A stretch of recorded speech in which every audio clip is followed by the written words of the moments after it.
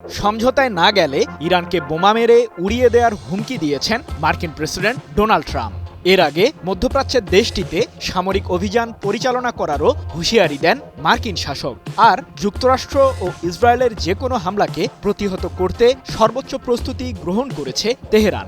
এরই মধ্যে যুদ্ধের প্রস্তুতি নিতে দেশটির ইসলামিক বিপ্লবী গার্ড কর্পস IRGC-কে নির্দেশ দিয়েছেন ইরানের সর্বোচ্চ ধর্মীয় নেতা আয়াতুল্লাহ আলী খামেনি, যার ফলে যে কোনো মুহূর্তে অপারেশন ট্রু প্রমিস 3 পরিচালিত হতে পারে ইহুদিবাদীদের উদ্দেশ্যে। মার্কিন প্রেসিডেন্ট হিসেবে ডোনাল্ড ট্রাম্প ক্ষমতায় বসার পরেই মধ্যপ্রাচ্যে শুরু হয়েছে নতুন করে অস্থিরতা। প্রথমে ফিলিস্তিনের গাজায় ইসরায়েলের প্রধানমন্ত্রী বেনিয়ামিন নেতানিয়াহুর নির্দেশে যুদ্ধবিরতির শর্ত ভঙ্গ করেই শুরু হয় পাশবিক নির্যাতন।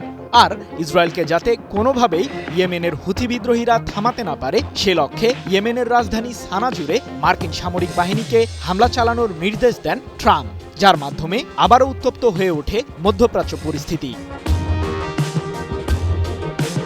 গাজা কিংবা ইয়েমেনে হামলা চালানোর মাধ্যমেই শান্ত হননি ট্রাম্প অথবা নেতানিয়াহু, চোখ দিয়েছেন ইরানের দিকেও। নেপথ্যে রয়েছে ইরানের পারমাণবিক ও ক্ষেপণাস্ত্র কর্মসূচি। দেশটি যাতে কোনো ক্রমেই মধ্যপ্রাচ্যে সুপার পাওয়ারে পরিণত না হতে পারে সে ফন্দি তৈরিতে মেতেছেন ট্রাম্প। এরই মধ্যে ইরানের জ্বালানি তেল রপ্তানি শূন্যের কোটায় নামিয়ে আনতে নিষেধাজ্ঞা জারি করেছে মার্কিন প্রশাসন। আর পরমাণু ও ক্ষেপণাস্ত্র কর্মসূচিতে লাগাম টানার মাধ্যমে নিষেধাজ্ঞা প্রত্যাহারের প্রস্তাবও ইরানকে দিয়েছেন যুক্তরাষ্ট্রের ৪৭তম প্রেসিডেন্ট ট্রাম্প। আর সমঝোতায় না গেলে সামরিক অভিযান পরিচালনার মাধ্যমে দেশটিকে গুড়িয়ে দেওয়ার হুমকিও দিয়েছেন তিনি।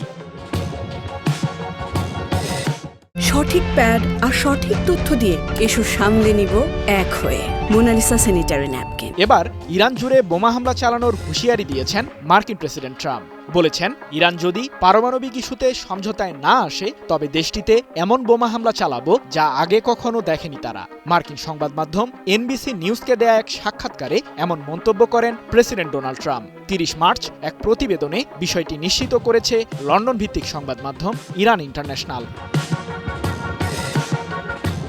এর আগে ইরানের প্রেসিডেন্ট মাসুদ পেজেশকিয়ান যুক্তরাষ্ট্রের সাথে সরাসরি আলোচনার বিষয়টি নাকচ করেন, তবে পরোক্ষভাবে হোয়াইট হাউসের সাথে পরমাণু ইস্যুতে আলোচনা চালিয়ে যাবার ইঙ্গিত দেন পেজেশকিয়ান। সম্প্রতি পারমাণবিক কার্যক্রম নিয়ন্ত্রণে কাজ করা প্রতিষ্ঠান আন্তর্জাতিক আণবিক শক্তি সংস্থা IAEA জানায় ৬টি পরমাণু বোমা তৈরি করতে পর্যাপ্ত পরিশুদ্ধ ইউরেনিয়াম সংগ্রহ করেছে ইরান। দেশটি পারমাণবিক অস্ত্র তৈরির দ্বারপ্রান্তে। এরপরই নড়েচড়ে বসেন ইসরায়েলের প্রধানমন্ত্রী বেনিয়ামিন নেতানিয়াহু ও মার্কিন প্রেসিডেন্ট ট্রাম্প। ইরান অধ্যায় শেষ করারও হুমকি দিয়েছেন নেতানিয়াহু। এমন পরিস্থিতিতে ইহুদিবাদীদের আগ্রাসন ঠেকাতে অপারেশন ট্রু প্রমিস 3 পরিচালনার হুমকি দিয়েছে ইরানের সর্বোচ্চ প্রতিরক্ষা বাহিনী IRGC।